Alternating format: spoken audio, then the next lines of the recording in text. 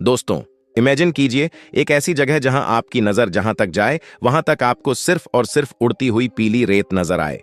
एक ऐसी जगह जहां आसमान से आग बरसती हो, जहां का तापमान 50 डिग्री सेल्सियस को भी पार कर जाता हो और जहां पानी की एक एक बूंद के लिए लोग मीलों का सफर तय करते हों। जब भी हम रेगिस्तान के बारे में सोचते हैं तो हमारे दिमाग में यही सब बातें आती हैं। लेकिन दोस्तों, क्या हो अगर मैं आपसे कहूं कि इसी तपते हुए और भारत के सबसे बड़े थार डेजर्ट में इंसानों ने 1 अरब टन से भी ज्यादा पानी छोड़ दिया? जी हां, आपने एकदम सही सुना, 1 अरब टन। और वह भी कोई समुंदर का खारा पानी नहीं, बल्कि एकदम साफ और मीठा पानी। यह सुनकर शायद आपको लग रहा होगा कि कोई डैम टूट गया होगा या कोई बहुत बड़ी गलती हो गई होगी। लेकिन नहीं दोस्तों, यह कोई गलती या एक्सीडेंट नहीं था। यह भारत की एक बहुत ही सोची समझी और नेक्स्ट लेवल की प्लानिंग थी। एक ऐसा मास्टर प्लान जिसने पूरी दुनिया के होश उड़ा दिए। लेकिन जब यह 1 अरब टन पानी राजस्थान की उस प्यासी और रेतीली जमीन पर फैला, तो जो नतीजा सामने आया उसकी उम्मीद दुनिया के किसी भी इंसान ने नहीं की थी। खुद इस प्रोजेक्ट को बनाने वाले भी हैरान रह गए थे। आज हम जिस सफर पर निकलने वाले हैं वह इंसानी जज्बे, इंजीनियरिंग के कमाल और प्रकृति के अनएक्सपेक्टेड सरप्राइज से भरा हुआ है। यह एक ऐसा वाकया है जो आपको सोचने पर मजबूर कर देगा कि इंसान का दिमाग आखिर क्या कुछ नहीं कर सकता। तो अपनी कुर्सी की पेटी एकदम टाइट बांध लीजिए, क्योंकि आज हम पर्दा उठाने जा रहे हैं भारत के उस मेगा प्रोजेक्ट से जिसने थार के नक्शे को हमेशा के लिए बदलने की कोशिश की और बदले में एक ऐसा नया मंजर पैदा कर दिया जिसे देखकर सैटेलाइट्स भी कंफ्यूज हो गए। आखिर भारत को ऐसा क्या आन पड़ा था कि इतना बड़ा कदम उठाना पड़ा? क्यों किया गया यह सब? और क्या था वो अनएक्सपेक्टेड रिजल्ट जिसने सबको दांतों तले उंगली दबाने पर मजबूर कर दिया? यह सब हम आज के इस वीडियो में डिटेल में जानेंगे। लेकिन दोस्तों, मैं आपको गारंटी देता हूं कि अगर आप इस वीडियो को बीच में छोड़कर गए तो आप इंटरनेट की सबसे माइंड ब्लोइंग जानकारी मिस कर देंगे। इसलिए वीडियो को पूरा आखिरी तक जरूर देखिएगा, क्योंकि क्लाइमैक्स आपको सच में हिलाकर रख देगा।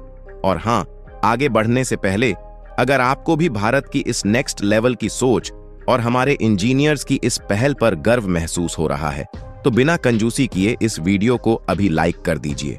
कमेंट बॉक्स में जय हिंद जरूर लिखिए और हमारे चैनल को सब्सक्राइब करके बेल आइकन दबाना बिल्कुल मत भूलिएगा, ताकि ऐसी ही धमाकेदार और जानकारी से भरी वीडियोस आपको हमेशा मिलती रहे। चलिए दोस्तों, अब बात करते हैं भारत के उस बड़े सपने की जिसे दी थार रिवाइवल प्रोजेक्ट कहा जाता है। सबसे पहले हमारे लिए यह समझना बहुत ज्यादा जरूरी है कि आखिर भारत सरकार ने इतना बड़ा रिस्क लिया ही क्यों? क्यों करोड़ों अरबों रुपए एक बंजर रेगिस्तान में पानी बहाने के लिए लगा दिए गए? सोचिए जरा, कोई भी देश अपना इतना पैसा और रिसोर्सेज बिना किसी ठोस वजह के तो बर्बाद नहीं करेगा। इसका जवाब छुपा है राजस्थान की जियोग्राफी और हमारे देश की लगातार बढ़ती हुई आबादी में। क्या आपको पता है कि राजस्थान की 95% से ज्यादा पॉपुलेशन उसकी सिर्फ 5% जमीन पर रहती है? जी हां, यह एकदम सच है। लोग चंबल और नर्मदा जैसी नदियों के किनारे बसी एक बहुत ही पतली सी पट्टी पर रहने को मजबूर हैं।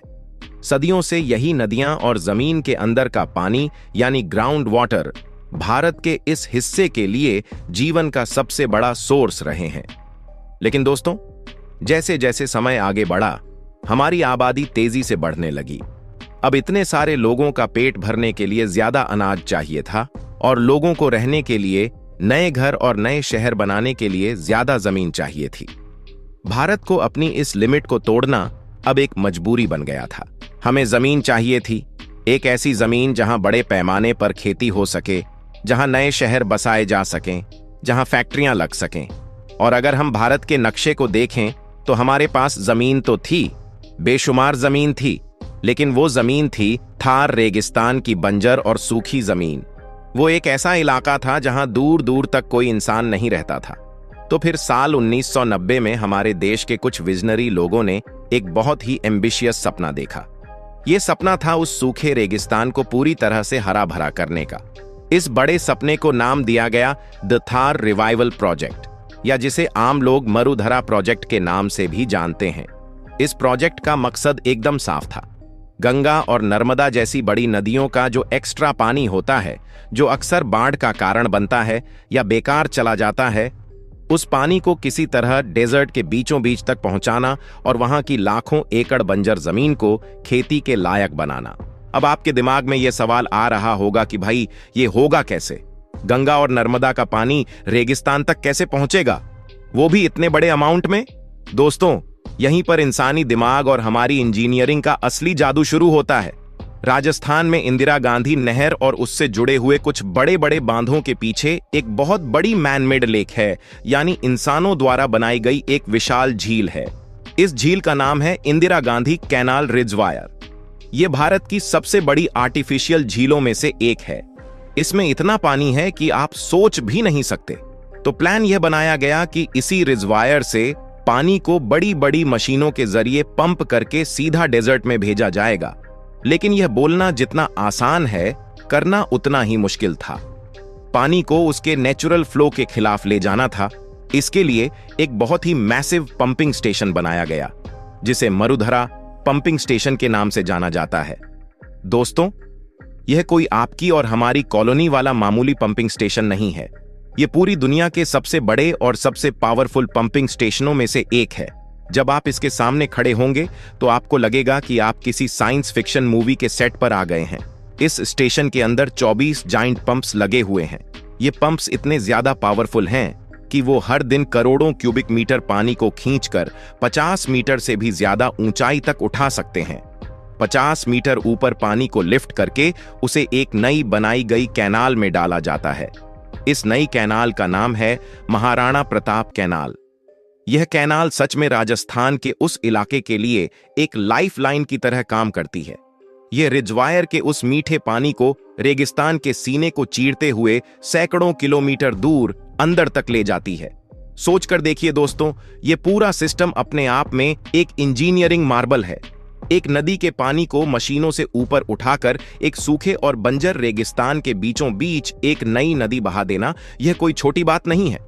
यह दिखाता है कि अगर इंसान ठान ले तो वह पहाड़ों का सीना चीर सकता है और रेगिस्तान में भी नदियां निकाल सकता है। प्रोजेक्ट पूरे जोर शोर से शुरू हुआ। मरुधरा पंपिंग स्टेशन के उन भारी भरकम पंप्स ने अपनी पूरी ताकत से रिजर्वायर का पानी खींचकर महाराणा प्रताप कैनाल में डालना शुरू कर दिया। पानी बहुत तेजी से रेगिस्तान की तरफ बहने लगा। सब कुछ बिल्कुल उसी प्लान के मुताबिक चल रहा था जो फाइलों में बनाया गया था। इंजीनियर्स खुश थे, सरकार खुश थी और वहां के लोकल लोग तो जैसे कोई चमत्कार देख रहे थे। लेकिन दोस्तों, फिर हुआ वो जिसकी उम्मीद शायद इस प्रोजेक्ट को बनाने वाले बड़े बड़े साइंटिस्ट और इंजीनियर्स ने भी सपने में नहीं की थी। साल 2000 के आसपास की बात है, जब पीछे रिजर्वायर में पानी का लेवल बहुत ज्यादा बढ़ गया। बारिश अच्छी हुई थी और एक्स्ट्रा पानी को कंट्रोल करना जरूरी था। तो उस एक्स्ट्रा पानी को इस सिस्टम के जरिए डेजर्ट के अंदर जो बहुत गहरे हिस्से थे, जिन्हें डिप्रेशंस कहा जाता है, वहां पर छोड़ दिया गया। प्लान यह था कि पानी वहां जाकर जमीन के अंदर चला जाएगा या फिर भाप बनकर उड़ जाएगा। क्या आपको पता है उन तस्वीरों में क्या था? कल तक जहां सैटेलाइट को सिर्फ मीलों तक पीली और सूखी रेत दिखती थी, वहां अब नीले रंग की विशाल झीलें बन चुकी थीं। जी हां दोस्तों, रेगिस्तान के बीचों बीच पानी की बड़ी बड़ी झीलें। ये कोई मिराज या आंखों का धोखा नहीं था, यह एकदम रियल था। इन झीलों को नाम दिया गया थार लेक्स। ये एक ऐसा सरियल मंजर था जिस पर यकीन करना मुश्किल था।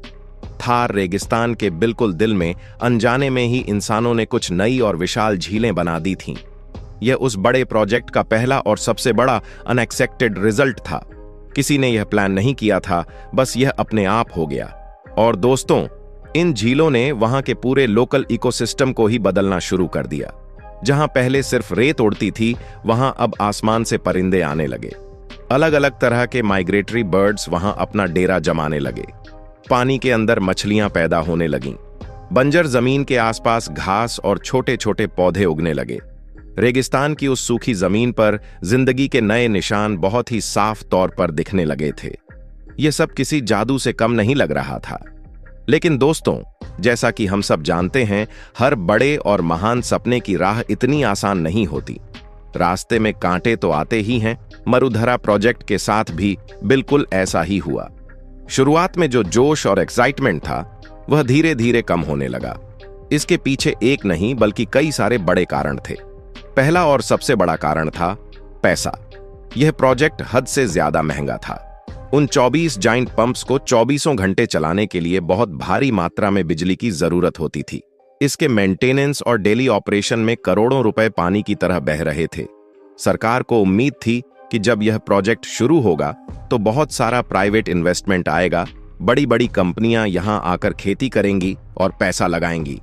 लेकिन जितनी तेजी से इन्वेस्टमेंट आने की उम्मीद थी, उतनी तेजी से वह आई नहीं। लोग इतने बड़े रिस्क में अपना पैसा डालने से डर रहे थे। दूसरा बड़ा कारण था टेक्निकल प्रॉब्लम्स। दूर से बैठकर यह सोचना बहुत आसान लगता है कि हम रेगिस्तान की जमीन पर पानी डालेंगे और वहां फसलें लहलहाने लगेंगी, लेकिन असलियत में इसे करना बहुत ही ज्यादा मुश्किल है। रेगिस्तान की उस जमीन में नमक की मात्रा, जिसे हम सैलिनिटी कहते हैं, वो बहुत ही ज्यादा थी। जब पानी उस जमीन पर पड़ा तो अंदर का नमक ऊपर आ गया। इस नमक वाली जमीन को आम फसलों के लिए, जैसे गेहूं या चावल के लिए ठीक करना इंजीनियर्स के लिए एक बहुत बड़ा चैलेंज बन गया। और इसके साथ ही एक और बड़ी दिक्कत थी। डेजर्ट की तेज धूप और गर्मी में पानी बहुत ही तेजी से इवापोरेट हो जाता था, यानी पानी भाप बनकर उड़ रहा था। हम जितना पानी वहां भेज रहे थे, उसका एक बहुत बड़ा हिस्सा तो बिना इस्तेमाल हुए ही हवा में गायब हो रहा था। यह साफ तौर पर पानी की बहुत बड़ी बर्बादी थी और इसे रोकना बहुत जरूरी था। तीसरा झटका लगा साल 2011 में। उस समय भारत में कुछ पॉलिटिकल इंस्टेबिलिटी आ गई और साथ ही दुनिया भर में थोड़ी आर्थिक मंदी का माहौल था। फंड्स रुकने लगे। इस प्रोजेक्ट पर से सरकार और मीडिया दोनों का फोकस धीरे धीरे हटने लगा। हालात इतने खराब हो गए कि वो विशाल पंपिंग स्टेशन कभी चलता था तो कभी बजट की कमी से बंद हो जाता था। पानी का फ्लो रेगिस्तान में कम हो गया और जब पानी कम हुआ तो थार लेक्स का वो खूबसूरत पानी भी तेज धूप में सूखने लगा। उन झीलों का साइज दिन ब दिन छोटा होने लगा। जो पक्षी वहां आए थे वो वापस लौटने लगे। एक समय ऐसा आ गया था जब लोगों को लगने लगा था कि यह महान सपना अब बस कुछ ही दिनों का मेहमान है और यह हमेशा के लिए रेगिस्तान की इसी उड़ती रेत में कहीं दफन हो जाएगा। लेकिन दोस्तों, पिक्चर अभी बाकी थी। एक नई शुरुआत और डेड ग्रैंड कमबैक अभी होना बाकी था। साल 2014 के बाद भारत में जब नई गवर्नमेंट आई तो उन्होंने इस रुके हुए प्रोजेक्ट की फाइलों की धूल साफ की। प्रधानमंत्री नरेंद्र मोदी की सरकार ने इस मरुधरा प्रोजेक्ट को एक नेशनल प्रायोरिटी बना दिया। उन्होंने ठान लिया कि जो काम अधूरा छूट गया है उसे अब पूरा करना ही है। लेकिन इस बार आंख बंद करके काम नहीं किया गया। इस बार पुरानी गलतियों से बहुत कुछ सीखा गया और एक नए मास्टर प्लान और बिल्कुल नई और मॉडर्न टेक्नोलॉजी के साथ काम दोबारा शुरू किया गया। सबसे पहले पानी के आगे के जो चैनल्स अधूरे पड़े थे उन्हें तेजी से पूरा किया गया। जमीन में जो नमक की प्रॉब्लम थी उसे सॉल्व करने के लिए आधुनिक तरीकों और नए केमिकल्स का इस्तेमाल करके जमीन को उपजाऊ बनाने का काम शुरू हुआ। और सबसे बड़ी बात, पानी की जो बर्बादी भाप बनकर उड़ने से हो रही थी उसे रोकने के लिए वाटर मैनेजमेंट की स्मार्ट टेक्निक्स अपनाई गईं। इसमें सबसे ज्यादा गेम चेंजर साबित हुआ पीवट इरिगेशन का इस्तेमाल।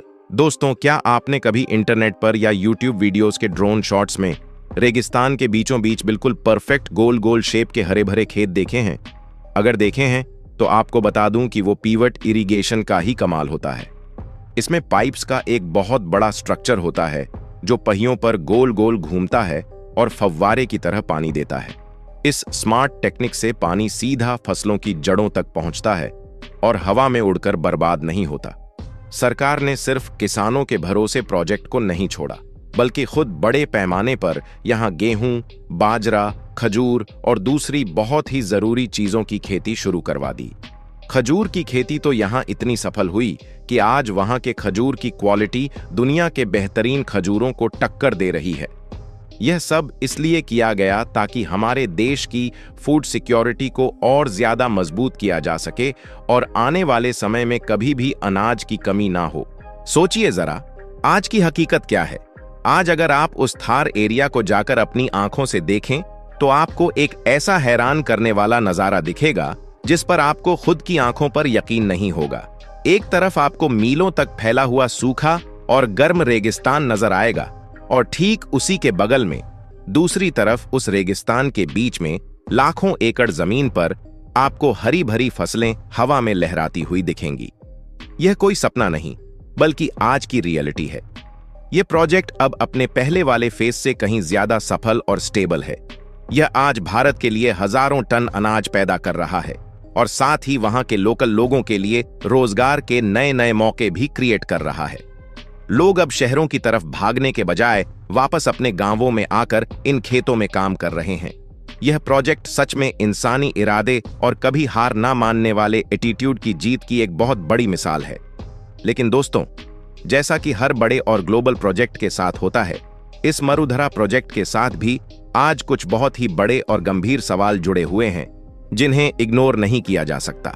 सबसे बड़ा सवाल है पानी के बंटवारे का। हम सब जानते हैं कि गंगा और नर्मदा जैसी विशाल नदियां सिर्फ किसी एक राज्य या सिर्फ भारत की नहीं हैं। इनका जल बेसिन नेपाल, बांग्लादेश और हमारे दूसरे पड़ोसी देशों तक फैला हुआ है। आज के इस समय में जब पूरी दुनिया में साफ पानी की कमी हो रही है और पानी को लेकर देशों और राज्यों के बीच तनाव लगातार बढ़ रहा है, तो ऐसे में क्या इतने बड़े पैमाने पर गंगा और नर्मदा का बेशकीमती पानी एक सूखे डेजर्ट में इस्तेमाल करना सही है? क्या यह लॉन्ग टर्म में आर्थिक और राजनीतिक रूप से सस्टेनेबल रहेगा? कल को अगर पीछे से बारिश कम हुई और नदियों में पानी का लेवल गिर गया तो हम इस रेगिस्तान को कैसे हरा भरा रखेंगे? इसके अलावा जो एनवायरमेंटलिस्ट हैं, जो पर्यावरण की रक्षा करते हैं, वो भी कुछ बहुत ही वैलिड सवाल उठाते हैं। उनका कहना है कि रेगिस्तान भी पृथ्वी का एक नेचुरल इकोसिस्टम है। वहां के अपने जीव जंतु हैं, वहां का अपना एक अलग बैलेंस है। इस तरह से जबरदस्ती पानी लाकर एक नेचुरल रेगिस्तान को खेतों में बदल देना क्या लंबे समय में हमारी पृथ्वी के लिए ठीक है? कहीं ऐसा तो नहीं कि हम आज का फायदा देखकर कल के लिए कोई बहुत बड़ी नेचुरल डिजास्टर को दावत दे रहे हैं? इन सब मुश्किल सवालों का सटीक जवाब आज किसी के पास नहीं है। इनका जवाब तो सिर्फ और सिर्फ आने वाला वक्त ही देगा। तो दोस्तों, भारत द्वारा थार डेजर्ट में 1 अरब टन पानी छोड़ने की यह पूरी घटना सिर्फ पानी, पंप्स और रेत तक सीमित नहीं है। यह एक देश की अपनी मजबूरियों से ऊपर उठने, एक बहुत बड़ा सपना देखने और उसे सच कर दिखाने की जर्नी है। इस लंबे सफर में हमें थार लेक्स जैसी अनएक्सपेक्टेड और खूबसूरत झीलें मिलीं जो आज भी लोगों को अट्रैक्ट करती हैं। हमें बीच में कई सारे फेलियर्स का, हार का और निराशा का सामना भी करना पड़ा, लेकिन हमने हार नहीं मानी और फिर हमें एक नई शुरुआत भी मिली जिसने इस प्रोजेक्ट को आज दुनिया के सामने एक सक्सेस मॉडल बना दिया है। मरुधरा प्रोजेक्ट दुनिया भर के लोगों के लिए इस बात का एक बहुत बड़ा सबूत है कि इंसान अगर अपने मन में कुछ ठान ले तो वह प्रकृति की सबसे कठिन और नामुमकिन लगने वाली चुनौतियों का सामना भी बहुत ही बहादुरी से कर सकता है। लेकिन इसके साथ ही साथ यह प्रोजेक्ट हमें हमेशा यह भी याद दिलाता है कि हम चाहे कितनी भी बड़ी टेक्नोलॉजी क्यों ना बना लें, प्रकृति के साथ काम करते वक्त हमें हमेशा उसके नतीजों और फ्यूचर में चुकाई जाने वाली उसकी कीमत के बारे में बहुत ही गहराई से सोचना चाहिए, क्योंकि नेचर के साथ खेला गया खेल कभी कभी हम पर ही भारी पड़ सकता है।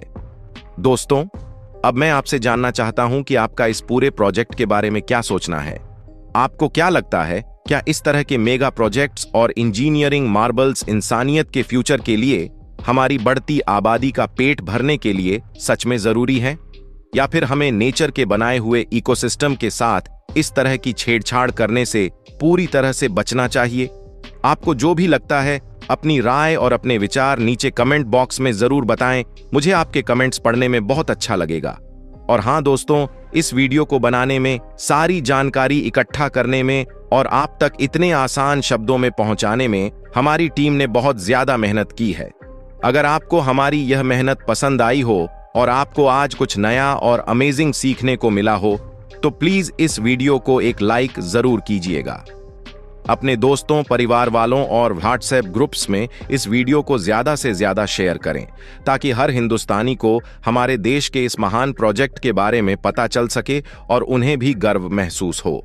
अगर आप हमारे चैनल पर नए हैं और ऐसी ही माइंड ब्लोइंग जानकारी से भरी वीडियोस आगे भी देखना चाहते हैं तो अभी हमारे चैनल को सब्सक्राइब करके उस बेल आइकन को ऑल पर सेट कर लीजिए। अपना कीमती समय देने के लिए आपका बहुत बहुत धन्यवाद। मिलते हैं आपसे अगली ऐसी ही किसी शानदार वीडियो में। तब तक के लिए अपना और अपने अपनों का ख्याल रखें। जय हिंद, वंदे मातरम।